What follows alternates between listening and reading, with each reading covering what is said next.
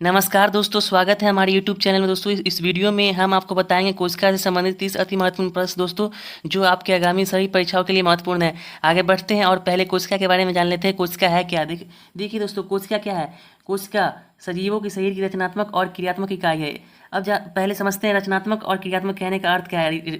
रचनात्मक कहने का अर्थ है कोशिका को रचनात्मक इकाई इसलिए कहा जाता है क्योंकि कोशिका से ही हमारे शरीर की रचना हुई है।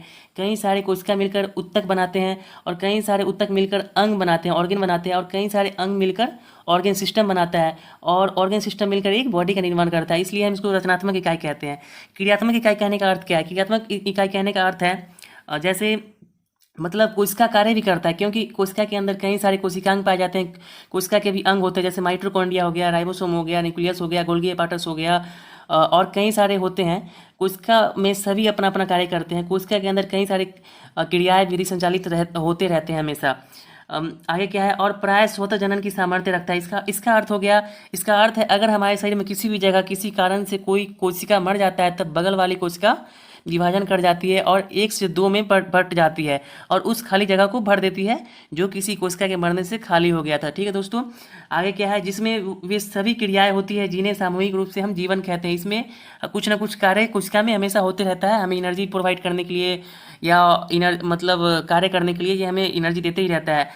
इसके अंदर माइटोकॉन्ड्रिया में एनर्जी बनते ही रहता है। आगे क्या है? कोशिकाओं का विधिवत अध्ययन कोशिका विज्ञान कहलाता है। मतलब study of cells is known as cytology. मतलब कोशिका का अध्ययन क्या कहलाता है? साइटोलॉजी कहलाता है। इसको याद रखेंगे दोस्तों, बहुत ही महत्वपूर्ण है। आगे क्या है? रॉबर्ट हुक ने 1665 में कोशिका का खोज किया था। इन्होंने जो कोशिका का खोज किया था वो मृत कोशिका थी, ठीक ना। और 1674 में एंटोनी वान लीवन हुक ने जीवित कोशिका का सर्वप्रथम खोज किया था। ये कब किए थे? ये 1674 में ये जीवित कोशिका का खोज किए थे। 1831 में रॉबर्ट ब्राउन ने कोशिका में केंद्रक का पता लगाया। मतलब इन्होंने 1831 में रॉबर्ट ब्राउन ने कोशिका के केंद्रक का मतलब खोज किया, मतलब न्यूक्लियस का खोज किए थे ये। अब आते हैं कोशिका दो प्रकार की होती है। कोशिका कितने प्रकार के होते हैं? 2 प्रकार के होते हैं। पहला क्या होता है? प्रोकैरियोटिक कोशिका, और दूसरा क्या होता है? यूकैरियोटिक कोशिका। अब जानते हैं प्रोकैरियोटिक और यूकैरियोटिक कोशिका में अंतर क्या होता है। डिफरेंस इन प्रोकैरियोटिक और यूकैरियोटिक सेल। प्रोकैरियोटिक कोशिका, इनमें प्रारंभिक अविकसित केंद्रक होता है। इसका मतलब क्या है? इसमें जो केंद्रक होता है वो मेम्ब्रेन से ढका नहीं होता है। दूसरा क्या है? अविकसित कोशिका। ये जो कोशिका है अविकसित कहलाता है, जो विकासशील ना हो, ये मतलब विकसित कोशिका ना हो, इसलिए अविकसित कहलाता है। बहुत छोटी होती है ये कोशिका, जैसे बैक्टीरिया हो गया, ब्लू ग्रीन एल्गी हो गया, इसी में ये मतलब कोशिका, यही कोशिका से ये बना होता है, बैक्टीरिया, ब्लू ग्रीन एल्गी। अब आते हैं दूसरा क्या है? यूकैरियोटिक कोशिका। इनमें पूर्ण विकसित केंद्रक होता है। इसका मतलब है यूकैरियोटिक कोशिका में जो केंद्रक होता है वो सेल मेम्ब्रेन से ढका होता है। क्या होता मतलब मेम्ब्रेन से ढका होता है, सेल मेम्ब्रेन सॉरी मेम्ब्रेन से ढका होता है ये। और ये विकसित कोशिका होता है, ये बड़ी होती है, इसमें माइक्रोस्कोप को ज़्यादा जूम नहीं करना पड़ता है। ये एनिमल सेल में, प्लांट सेल में पाया जाता है। हमारे शरीर में जो सेल है वो क्या है? यूकैरियोटिक सेल है। ठीक है दोस्तों, आगे बढ़ते हैं और अब आते हैं प्रश्न पे। कोशिका संबंधित 30 अति महत्वपूर्ण प्रश्न लेते हैं दोस्तों, जो आपके आगामी सभी परीक्षाओं के लिए बहुत ही महत्वपूर्ण है। इसको याद रखेंगे हमेशा। पहला प्रश्न क्या है? सेल नाम किस जीव विज्ञानिक ने सर्वप्रथम दिया था? इसका उत्तर हो जाएगा रॉबर्ट हुक ने। इसका विकल्प सी सही है। दूसरा प्रश्न है कोशिका के अध्ययन को क्या कहते हैं? कोशिका के अध्ययन को हम साइटोलॉजी कहते हैं। इसका विकल्प ए सही है।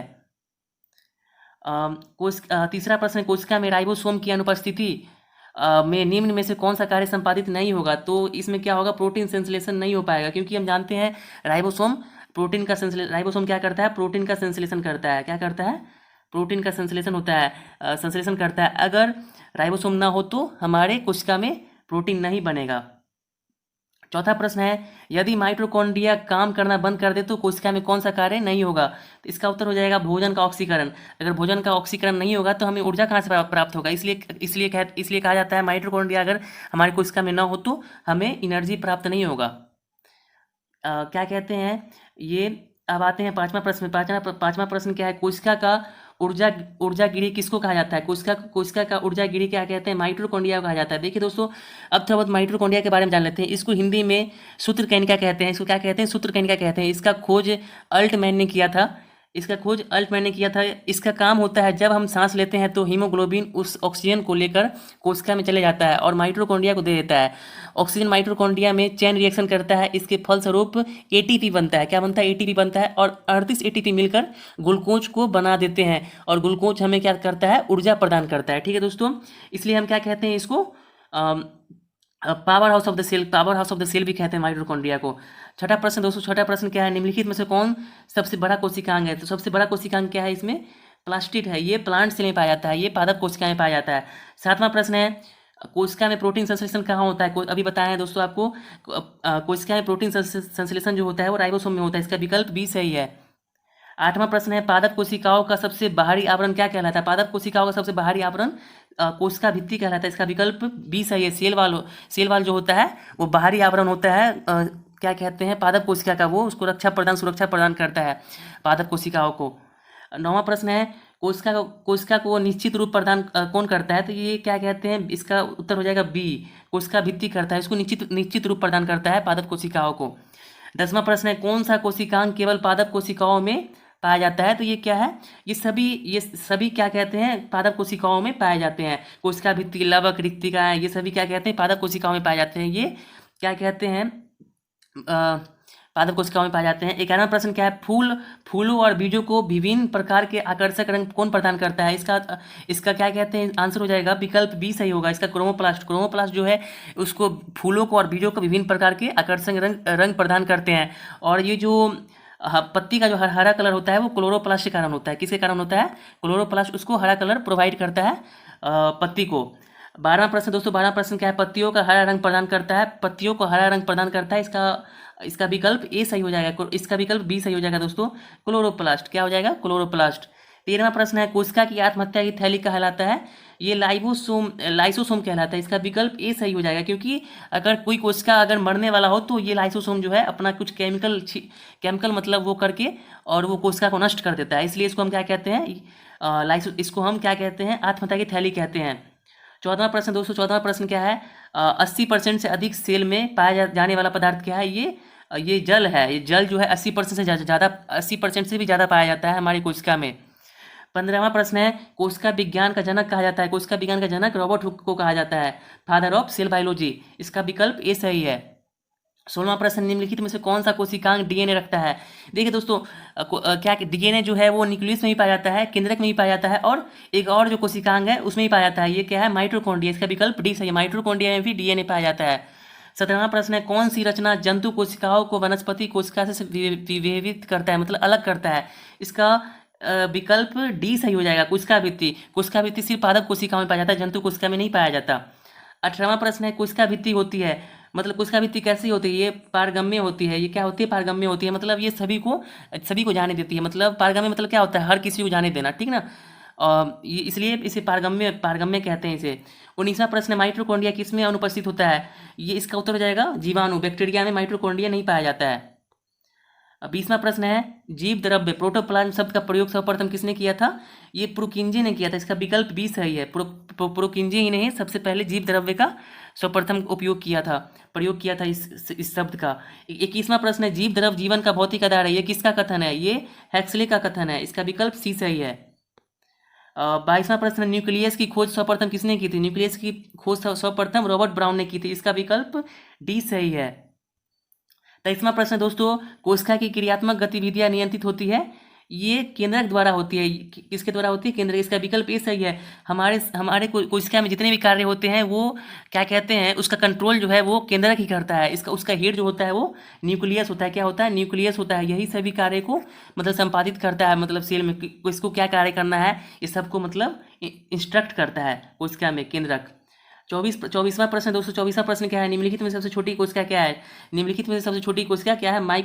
माइकोप्लाज्मा है। ये माइकोप्लाज्मा सबसे छोटी कोशिका होती है। अगर आपसे कोई पूछे सबसे छोटी कोशिका क्या है तो वो माइकोप्लाज्मा है। अगर सबसे बड़ी पूछा जाता है वो शुतुरमुर्ग का अंडा हो जाएगा। 25वां प्रश्न दोस्तों, 25वां प्रश्न क्या है? निम्नलिखित कोशिका अंगकों में कौन सा एक अर्ध पारगम्य है? ये क्या है? इसका उत्तर हो जाएगा कोशिका झिल्ली। ये अर्ध पारगम्य है। इसका कहने का अर्थ है ये सिलेक्टिवली मतलब क्या कहते हैं, ऐसे पदार्थ को मतलब कोशिका में इंटर होने देता है जिसको कोशिका को जरूरत है उसी को ये इंटर देता है, मतलब कोशिका में आने का अनुमति देता है। 26वां प्रश्न दोस्तों, 26वां प्रश्न क्या है, कोशिकीय व आणविक जीव विज्ञान केंद्र कहाँ स्थित है? ये हैदराबाद में स्थित है। इसका विकल्प डी सही होगा। इसमें हमेशा कोशिका के बारे में अध्ययन चलते रहता है ये विज्ञान केंद्र में।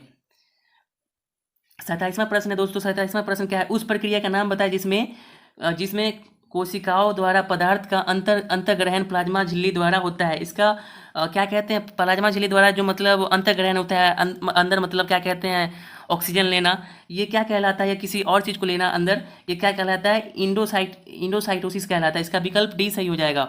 28वां प्रश्न है, मानव शरीर में सबसे बड़ी कोशिका क्या है? मानव शरीर में सबसे बड़ी कोशिका अंडाणु है, इसको ओवम कहते हैं, इसको फीमेल एग भी कहते हैं। ये सबसे बड़ी कोशिका है। अगर मानव शरीर में सबसे छोटी कोशिका पूछा जाए तो वो स्पर्म हो जाएगा, शुक्राणु हो जाएगा।